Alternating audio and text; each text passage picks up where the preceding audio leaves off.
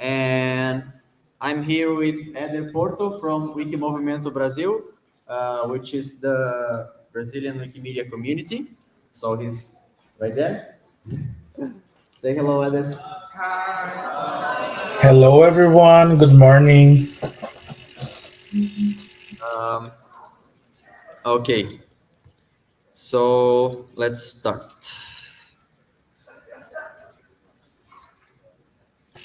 All right.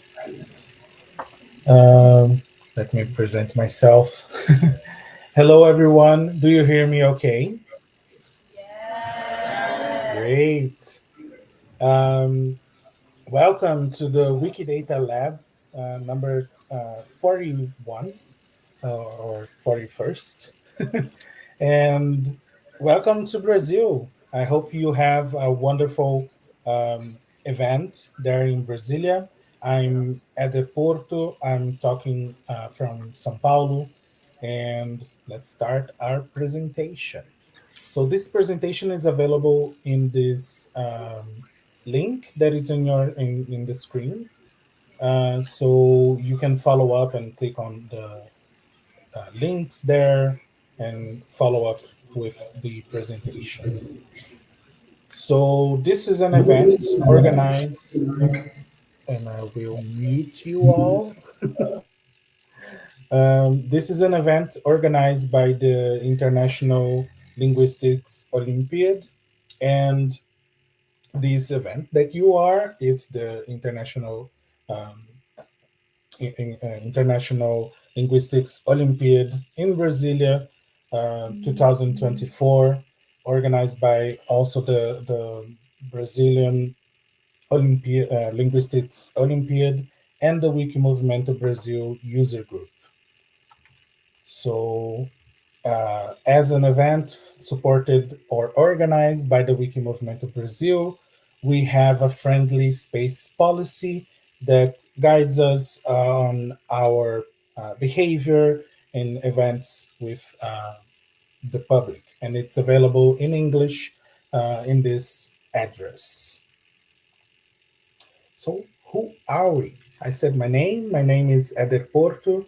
I'm Products and Technology Manager at the Wiki Movimento Brasil, user group affiliated to the Wikimedia Foundation that is responsible for coordinating and having activities with all the Wikimedia projects globally. The Wikimedia Foundation and the Wiki Movimento Brasil is responsible for that in Brazil. And joining me today is Artur. Maybe Artur want to introduce himself.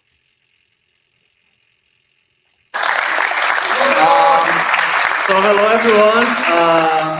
I am Artur Correa Souza. I was an IOL contestant in 2018, team leader last year, and now a member of the local organizing committee. So I'm also a member of the organizing committee of the Brazilian Linguistics Olympiad.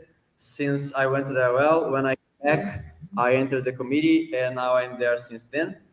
And it's really nice to have you all here in Brazil for the first time. They're all happening in the Southern Hemisphere. So please feel welcome and be sure that anything that you need, you can always count on us. You can always text us, call us. We're here for you, okay? So I hope you will enjoy this activity. I am a huge Wikipedia fan. So I will try to convince you that Wikipedia is cool and the Wikimedia ecosystem as well. So let's have a joyful morning.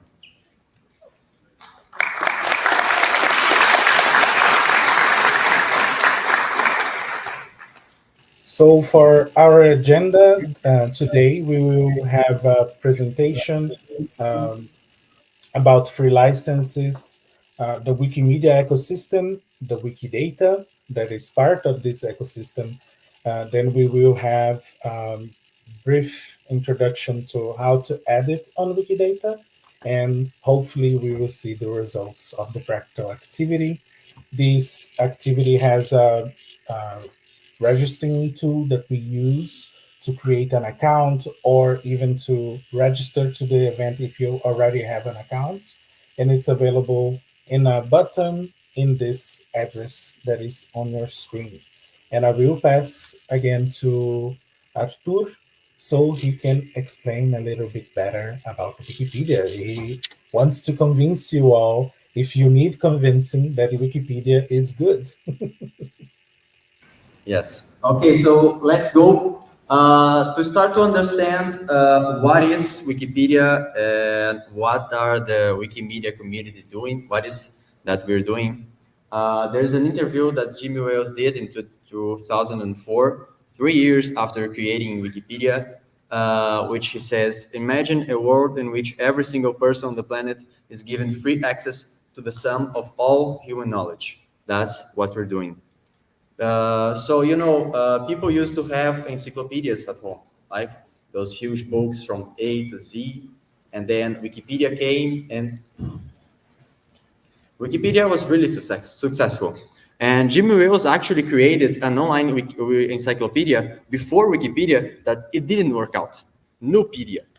They just created an online encyclopedia, just like the other ones, with a lot of peer review and specialists, and it didn't work out.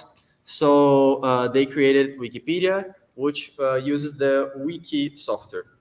And the Wiki software works by having that whenever you make an edit, it is automatically available.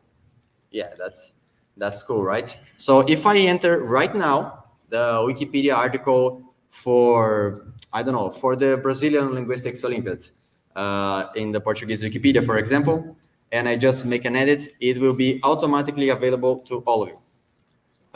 So that's how the Wiki works. Wiki means fast, and it works by having people editing, assuming that they're making good edits. If they're making bad edits, we revert those bad edits. So there's always people taking watch of the articles. You can, as an editor, mark articles to be watched, and then you receive an email when someone makes an edit. So for example, the Brazilian Linguistics Olympiad article, I'm watching that article. So whenever someone makes an edit on that article, I get an email. So I get to look if it's a good or bad edit. If it's bad, I revert. And anyone can do that. So that's how the ecosystem works. The Wikipedia editing works basically. And the idea is that we can have free access to the sum of all human knowledge. And I'll talk about to you about those two parts: free access and sum of all human knowledge. So let's go.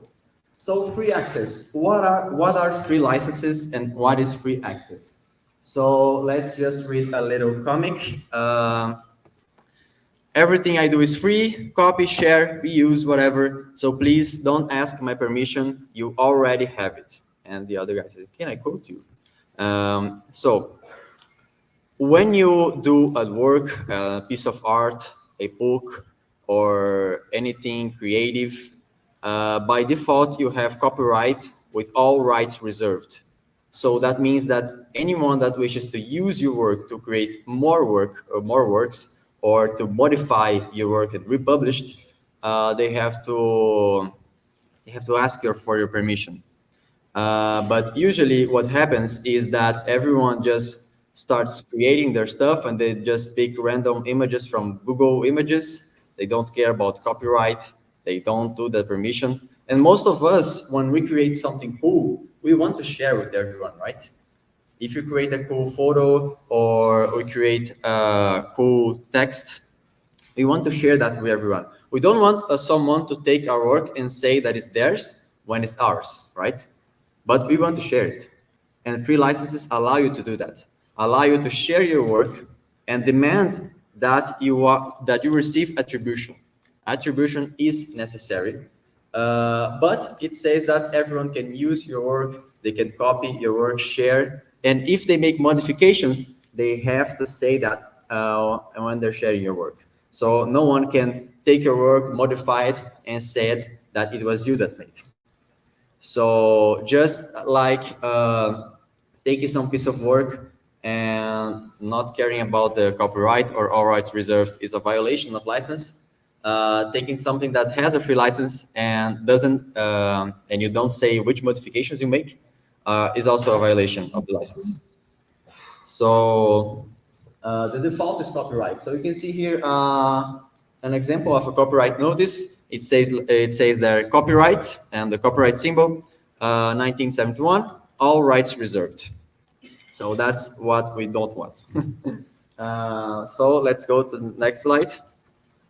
The free licensing movement started with software, not with art or creative works.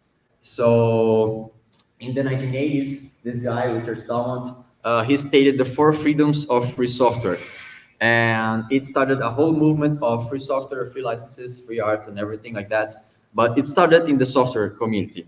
And he says that for a software to be free, it has to comply with these 4 freedoms, which are the freedom to run the program as you wish for any purpose, which is freedom number 0. So it basically means you can use for whatever you want.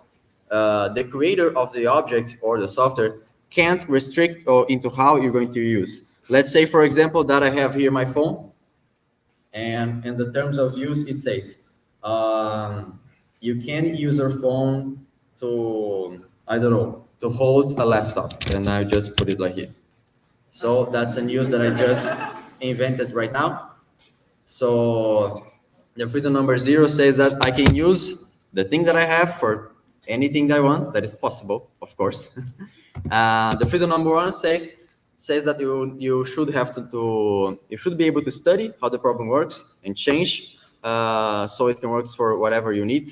So this one requires that you have access to the source code of the software that creates. I won't go into too many details, but it's basically the freedom to create and get to know how it works. So taking my phone as an example, again, I should be able to open my phone and switch pieces, for example.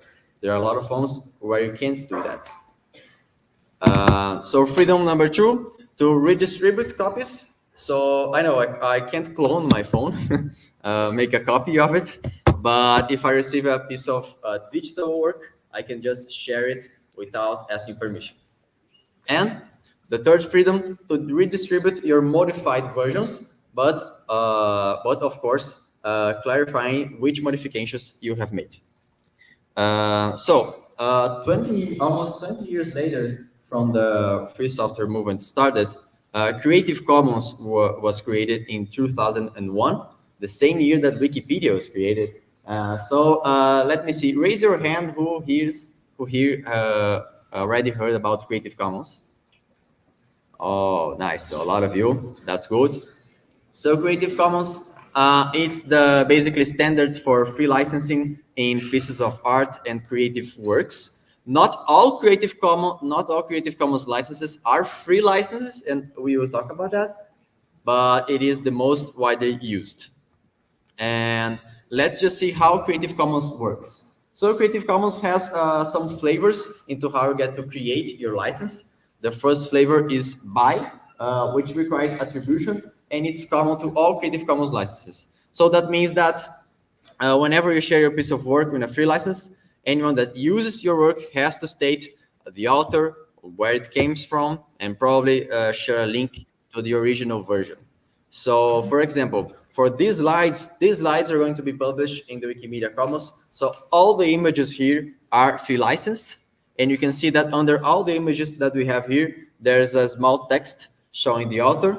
I mean, probably you won't be able to see it from there, but it says the name of the author, where it was published, and there's a link to it.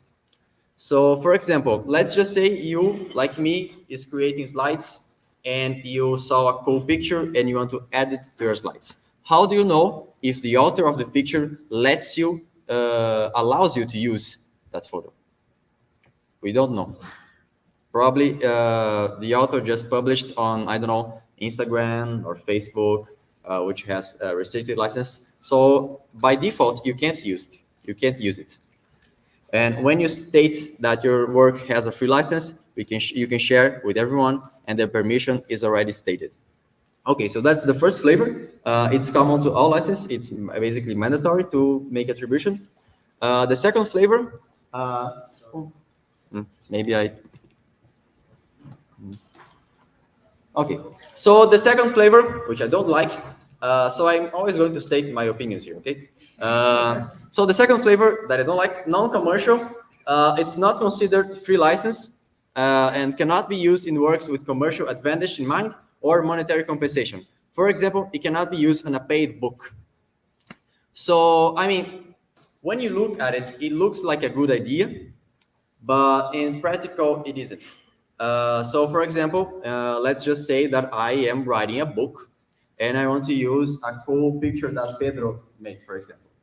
Let's just say that Pedro has created some cool meme, I don't know, some cool art, and I want to use it in my book. So since it's a physical book, I have to sell it because no, there's paper fees and everything. A physical book isn't free to make, so I will have to charge for my physical book. But even if I'm charging just for the creation of the book, I'm not getting any monetary compensation at all.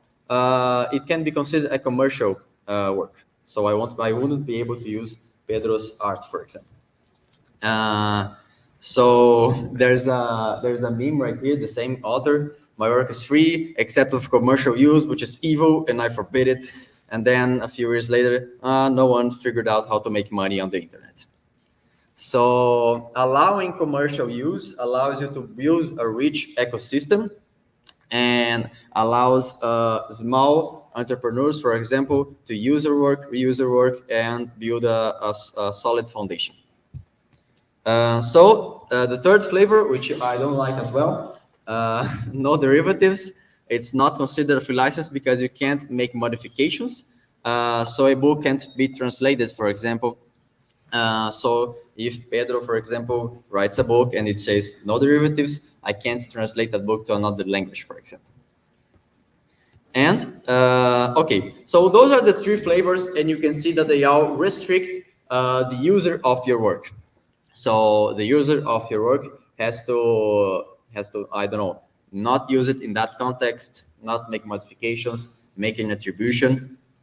But now let's level up our game. And what about giving more rights to the end users? What do I mean by that? Let's just say that I make a nice painting, a really cool painting, and I published in a free license. Okay, CC BY, just the BY because I don't like the other ones. So just BY, so everyone can use my painting and just attribute that the painting is mine.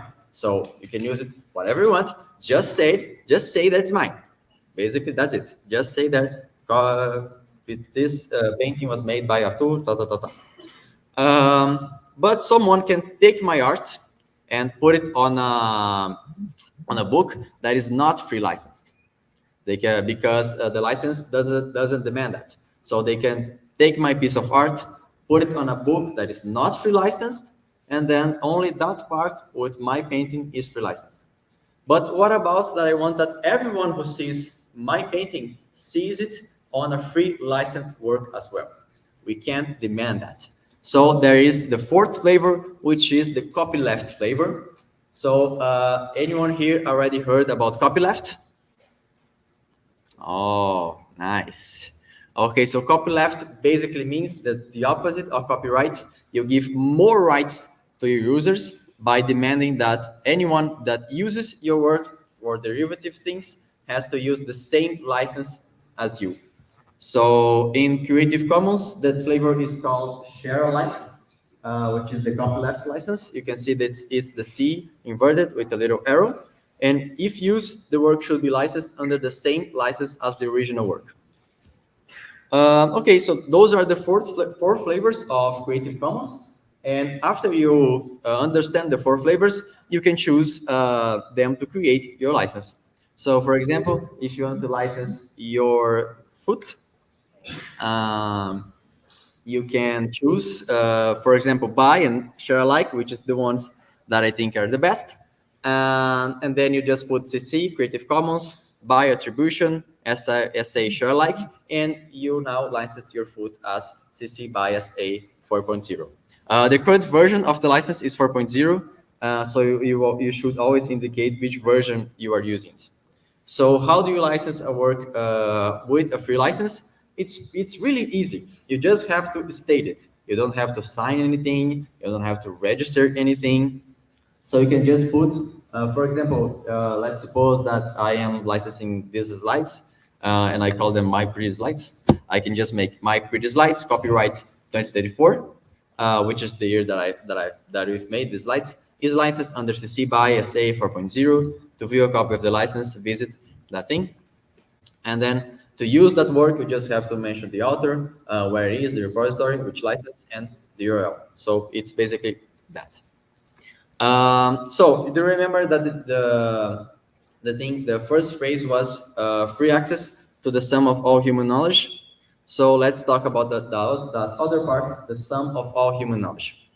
So the current Wikimedia movement strategy is, by 2030, Wikimedia will become the essential infrastructure of the ecosystem of free knowledge, and anyone who shares our vision will be able to join us. So let me ask you, if you find a cool piece of knowledge, for example, a blog article, a cool art, cool painting, how do you know that that work will be available, I don't know, 20 years from now? For example, if you publish a cool picture or a cool text and you just published on Instagram, will Instagram be available 20 years from now? 30 years? 50 years? I don't know. Can you trust them? I don't. So the Wikimedia ecosystem has that mission of storing, organizing, and sharing all the free knowledge that is available for the humanity. And so that's the vision. When you put something on the Wikimedia ecosystem, you know it will last. That's the mission. So whenever you make a piece of work, piece of art, remember to always check the Wikimedia ecosystem if your work can help building the free knowledge of humanity. So now I will pass the word again to Eder, which will talk about, to you a little bit about Wikidata. Yes. So let me mute everyone. So the next part is Arthur talked about the Wikimedia. Let me go back. The Wikimedia will become the essential infrastructure of the ecosystem of free knowledge, and Wikimedia is one of the agents in the free ecosystem, the free knowledge ecosystem. But what are what is the Wikimedia ecosystem? What are we talking about when we are saying, oh, the Wikimedia projects, the Wikimedia ecosystem? So the Wikimedia ecosystem is a set of projects, um, open projects that share a vision, this vision of the sum of all knowledge, of the sum of all human knowledge available for everyone, everywhere at all times. So this is a cool organization of the projects, the Wikimedia projects.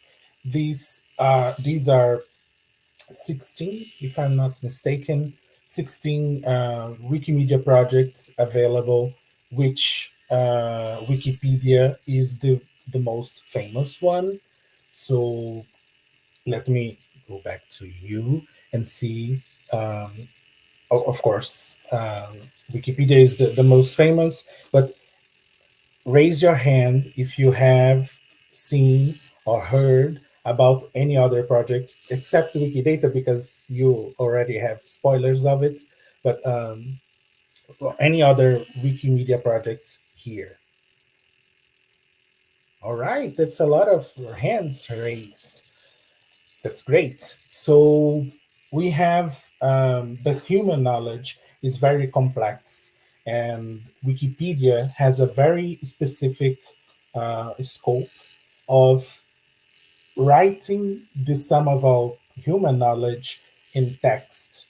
So in a specific and encyclopedic uh, in an encyclopedic way, the human knowledge that is being written. So that's one part of the human knowledge, but there's other parts. So if I want to share my art or if I want to illustrate an article on Wikipedia, I use Wikimedia Commons. That is this one right at the side of the Wikipedia. That it's a free repository of images and media, not only images, but free repository of media files that can illustrate Wikipedia and be used everywhere in the whole internet. I have other projects that do this similar things with other pieces of knowledge of the human knowledge. So I have Wikiversity for um, open educational resources. I have a Wiktionary, that is this one right below the yellow one in the left. I have Wiktionary for it is an open dictionary with different versions for every language. That the definition is open. I can't um, take a dictionary, perhaps has some license issues, but I can't get the editor's version of the dictionary and use that as I like. So I have to find a free version, and everyone can use it. Everyone can translate it. Everyone can use whatever they like, as um, only if they cite the source. So every project on Wikimedia has different types of licenses um, of how can you use the Wikimedia project items, files, articles. Every wiki, every Wikimedia project has a different license. So, for example, for Wikipedia, the license is, if I'm not mistaken, the full license is CC by 3.0. For Wikimedia Commons, you have all the available free licenses. But for Wikidata, which is the topic that we will talk about here, the license is CC0. That is a Creative Commons license that is similar or equivalent to the public domain. And that's just because in some parts of the planet or legislations of countries don't allow that you publish something in the public domain. Brazil is one example. Everything has to be attributed to someone. So it's a kind of copyright legislation that prohibits something to be published in Brazil as in public domain. So you have to have a license that is compatible with public domain, that doesn't require anything um, that the other licenses require. So if something is published in under CC0, you don't have to um, even mention where it came from. So this is one type of license. And these are the family of the Wikimedia projects. And we will talk about Wikidata, which is now we have a newer project that it's called Wiki Functions. But until a few years ago, 2, 3 years ago, it was the most recent Wikimedia project created. So, what is Wikidata? So, as I said, Wikipedia registers articles about the human knowledge, and Wikimedia Commons, for example, registers media files. And what is the role of Wikidata under that family of Wikimedia projects? So, Wikidata is a collaborative, multilingual, structured knowledge base. So, all the information that links an article in Portuguese, for example, to its version in English or in Hindi, it's done. All the links that we see, oh, this article is available in these languages, it's coordinated by Wikidata. So an item on Wikidata, and Wikidata registers everything: concepts, concrete objects. For example, the building of the University of Brasilia, the concept of love, life, universe, and of course, Brazil. So this in this example, I labeled everything that is related to an item on Wikidata, but we will see this um, also. So Wikidata was born in October 2012, so just 12 years. All the data is published under CC0. So if your information has a type of copyright or CC BY, even CC BY license, you can't put it on Wikidata. So databases that are available on the internet, they can only be, for example, imported into Wikidata if they are available under a CC0 license. And the idea of Wikidata is that all the information that is structured an article, a media file, or um, other piece of human knowledge is human and machine readable.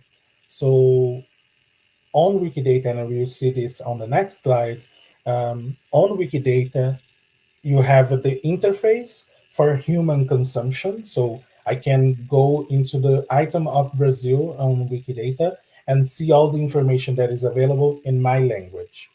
Um, you can do the same in your language, and you will see the same information that I'm seeing, only that is translated. Um, Everything on the Wikimedia projects is done by volunteers. So every information is added and maintained by volunteers. Uh, there are organizations within the movement that is composed by volunteers. For example, the Wiki Movimento Brasil is a user group of volunteers working to improve or make the internet better, in the internet in Portuguese better, and especially activating and promoting free knowledge in Brazil.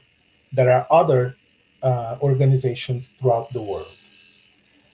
Wikidata is a knowledge base, so if we see the notion of a database being a spreadsheet with information, the Wikidata is in a mathematical term, a graph. So this point of information read links to the other node in this graph, and this node links to a lot of other nodes, and you can make a web of connection of nodes of information of the human knowledge. And there are 111 million items on Wikidata that represent scientific articles, or people, um, concepts, and everything else. So territorial entities. So there are 111 million items, and there are 44,000 editors every month on Wikidata. 12,000 of them uh, are what we call active editors that do more than 5 edits throughout the month. So become an active editor yourself today by doing more than 5 edits. Um, so the next step is how Wikidata is organized. So as I said, it's a graph in the mathematical term. I'm sorry for bringing mathematics into this, but I'm a mathematician, so I tend to bring these concepts from there. So Wikidata is uh, the base of Wikidata is linked open data that are data that are linked to themselves. Like This node of the graph links to another node of the graph, but also not only within Wikidata, but Wikidata also links to other databases. So other databases that are available on the internet. Wikidata acts as a hub of other databases as well. And by doing that, you can link databases that it's not a common practice within even open databases. You can query and make queries to multiple databases and gather and information and knowledge um, from those other databases besides Wikidata. And Wikidata is based, of course, on the FAIR principles. All the data is findable, so everyone can access and can find data. Humans can go into the interface and search for items, search for information there in their language. They don't need to know English. They don't need to know Portuguese. It's not. It's an international project. All the data is accessible, so I can, for example, make a program that queries the information, and it's available for everyone without, especially the query one, you don't even need to be logged in, so you can access the information freely. The part of course, the third principle is interoperable. This word is difficult for me, even in Portuguese, but that means that the data produced or the format that the information is uh, produced and distributed on Wikidata can be used by other databases, can be queried and used by other people in a free and understandable way. So everything that it's put on Wikidata, everything is structured in a way that other databases can. They don't even need to know how the information is organized on Wikidata. They can just get the data and process it in their computers, their devices, because the information can be translated into machine readable, into human readable, for example. And all the data is reusable because of the CC0 license. And the how Wikidata works? What is an item, a property? Um, so everything on Wikidata is, or most of the things on Wikidata until 2018 represented concepts. Concepts are concrete or abstract concepts. And we will talk about after 2008 and 18. But here we have the um, items in Wikidata. In Wikidata, an item is defined by an entity or a concept or a concrete object, for example. And this is registered on Wikidata.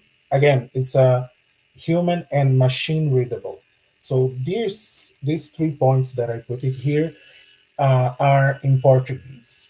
And I'm sure that not everyone speaks Portuguese. So, how I can read this, but how a machine would read it. If there is a spelling mistake, how the machine processes it. Um, so everything on Wikidata is registered, and every item is registered under unique value that is called the key number or key ID. So there is the letter Q plus a number. So um, uh, this identifier for Wikidata is unique for every concept. So Earth is key 2, if I'm not mistaken. I know that universe is key 1, human is key 5, and so on and so forth. But we also have the structure of Wikidata. We have properties. So the way the information is organized in Wikidata, because it's a knowledge base, all the information is stored as a triple. So and I will bring the linguistic terminology if I'm not forgotten. Um, it's a subject, predicate, and object, something like that. I'm sorry, I'm not. I don't remember the exact names, but think of it as a phrase, a human phrase that a human can speak. So, for example, I'll put the three versions here. So, Brazil's official language is Portuguese. This is in English, and this is a phrase that I'm making. I'm making a statement. Brazil's official language is Portuguese. In Portuguese, I would say Brasil, o idioma oficial do Brasil é o português. And in Hindi, let me find it, the exact way to pronounce it. Brasil Brasil que adhikarik baixa Portugal e rei. So this is the way that we would say it in Hindi. The first one is in Portuguese. The third one it's in English, and the next one is the way the machine will read it. So the key 155 that represents the concept of Brazil has a property in green, P37, that is the property responsible for official language. And there's a value to that property, that is the Q5146, that is Portuguese.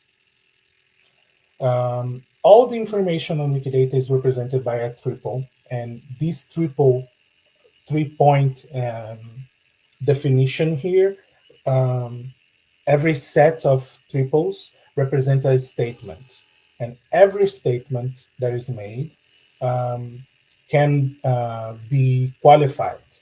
So the official language of Brazil is Portuguese, and if we go back to the example here, so the official language is this property exactly. The official language of Brazil is Portuguese, but we have here this blue, let me give it a zoom. So we have these blue rectangles here. So the official language of Brazil is Portuguese, and this statement is a subject of languages of Brazil, and the identity of the object in the context is Brazilian Portuguese. So the official language in Brazil is a dialect of Portuguese. So we qualify this information here. And the same thing for the Brazilian Sign Language statement is subject of language of Brazil. That is another concept. Let me go back. And everything on Wikidata needs to have a reference. That's the way of saying, of proving to the Wikimedia community, to everyone that will reuse that information, that you have the right to use that, to put that information into Wikidata. So if we go back again, you have here this red rectangle saying the expanded reference. It says, it's stated in the Constitution of Brazil, and the section, verse, paragraph, or clause is the 13th section. So the official language of Brazil is Portuguese, and it's not Eder saying, it's not Arthur saying. It needs to have a reference, an official reference that can be a website, that can be, doesn't need to be from the government, but it needs to have a reference. Where did you get that information from? So this statement of the official language is referenced in the Constitution of Brazil. So here I put the reference in Wikidata. And the way that the machine will read, it doesn't matter the language that you speak, Wikidata will only read key numbers or P numbers of information. So it's machine readable, but the interface, it's available in Portuguese in more than 300 languages that Wikidata supports uh, to show the information. And thinking about linguistics, there are a lot of concepts on Wikidata. The most part of the Wikidata database is formed around concepts. But in 2018, we started in the movement, especially specifically on Wikidata, thinking about how do we contribute to the linguistics of, okay, this is available in Portuguese, this is available in English, it's available in a lot of languages, but how do we model the language itself? So there is a lot of keywords here, but Wikidata started to create in 2018 what we call lexemes. So there were, yeah, What do you think about if we go straight to the editing section? yes, So we okay, have more time with that, I guess. great. So you can see a little bit of the information I'm providing here on the about the lexicographical data on Wikidata, and you can have read it before I put it here. Um, Let me see. Yeah, so I put it here a reference of how do you contribute to linguistics on Wikidata, specifically not for this part, this particular activity, but for the if you want to get involved and contribute to the Wikimedia movement. So let me go back here and let's edit. Um, yes. So in our national round, in the Brazilian Linguistics Olympiad, we have a step which is called the Belepedia, in which we improve language articles in the Portuguese Wikipedia. So the Brazilian students here have already went through that step. Um, so since 2021, we already improved 171 articles on the Portuguese Wikipedia about languages around the world. So let me show you an example. For example, this is the article for the Ano Bonese Creole on the next slide. And on the left, you can see how the article was before Obelepedia, and on the right, how it was after Obelepedia. So actually, the one who did this article is the volunteer Fernando when he was a student. I don't know, probably he went to solve volunteer stuff. So when he was a contestant, he was the one who wrote that article. And the students have 2 weeks to talk about a lot of the aspects of a language, like its phonology, orthography, a lot of aspects of its grammar, the etymology of the name, and such and such. Oh, very good, Fernando.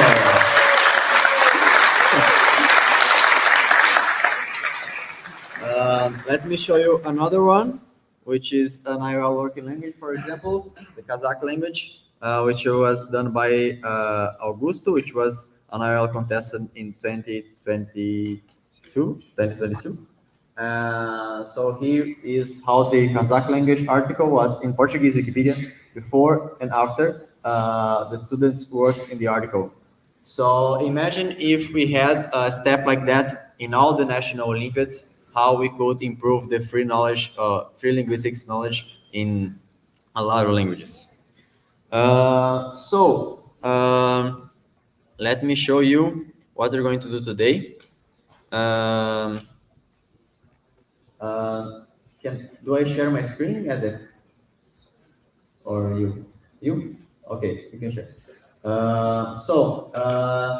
This query right here that Eder is showing shows how many languages on Wikidata have their phonemes registered. So on the Wikidata item of a language, you can register a lot of information about the language. One of those information that you can register is which phonemes they have. The distinction between phone and phoneme is quite complicated, but we have to draw the line somewhere.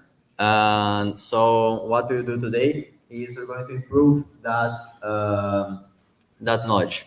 So for example, in the Punjabi item, it has the has phoneme property, and then it shows all the phonemes that the language has. So it's basically that what we're going to do today. So today is going to be like a really, really small introduction. We're going to edit like just one statement on a few items, but it's just to give you a very small taste of how it is to contribute to the Wikimedia ecosystem.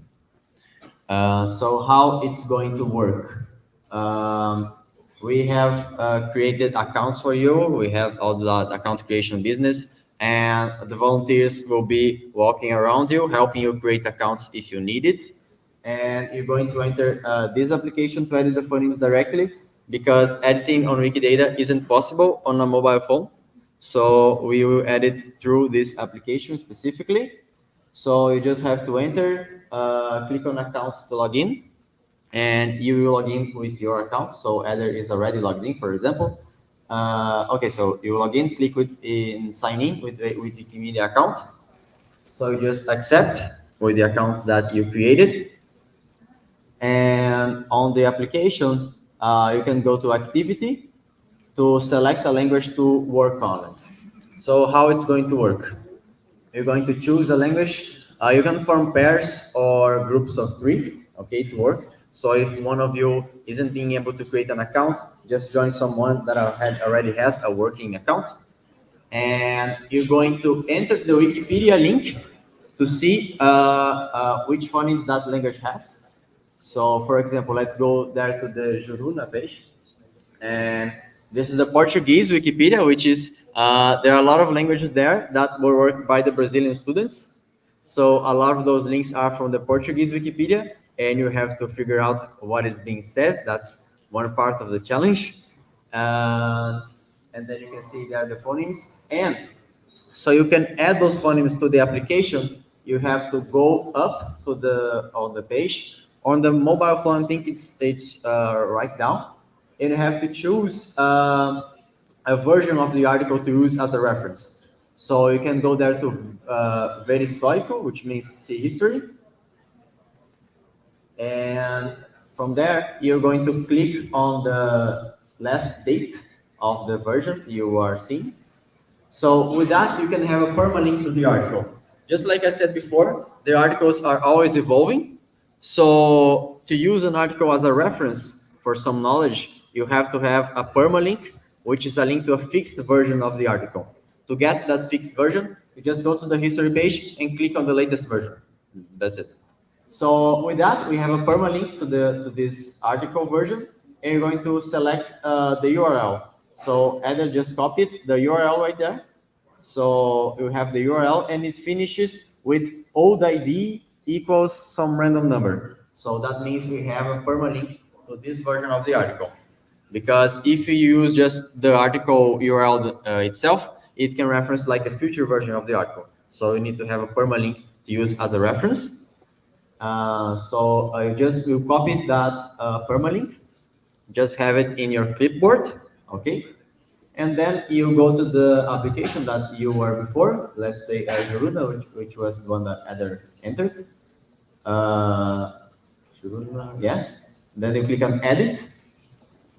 And to start working on the language, you just click the button to mark as my active language. So you edit on it. So there are 2 people editing on the same language. So just click on mark as my active language. Yes, you can listen to the phonemes. Have you clicked? Yes. Okay. So now you can see there that it says this language is being worked on by Eden. So you can listen to phonemes. There are a lot of phonemes there for you to choose. I don't know if other sound is coming out from his computer, but you can click on listen to listen to the phonemes. And then to add phonemes to the language, yes, like that. To add phonemes to the language, you just copy the permalink. You just use the permalink that you just copied, and then select the phonemes that you saw on the article and click on add. And it's going to confirm, and that's it. When you finish a language, just go to the top and click on mark as finished. That's basically it. Now we're going to walk around and help you create accounts and edit on the application. And let's hope we improve the phoneme data on Wikidata today, just a little bit. So you will finish the live stream, Ade? Yes, I was. I wanted to thank everyone for joining us today, and I hope you have a wonderful event there and see the slides and see the examples of the potential of Wikidata. I have registered there an example of query for endangered languages, for example. If I let me present it is here. So UNESCO language status. This is just something that we can see using Wikidata and see severely endangered languages, critically endangered, and extinct. I think this is a good example of what we can obtain with Wikidata. And I hope you have a wonderful morning and everything that you want to ask questions. You can send a message to Artur, send a message to me, and we are available to help. Thank you, everyone. Thank you.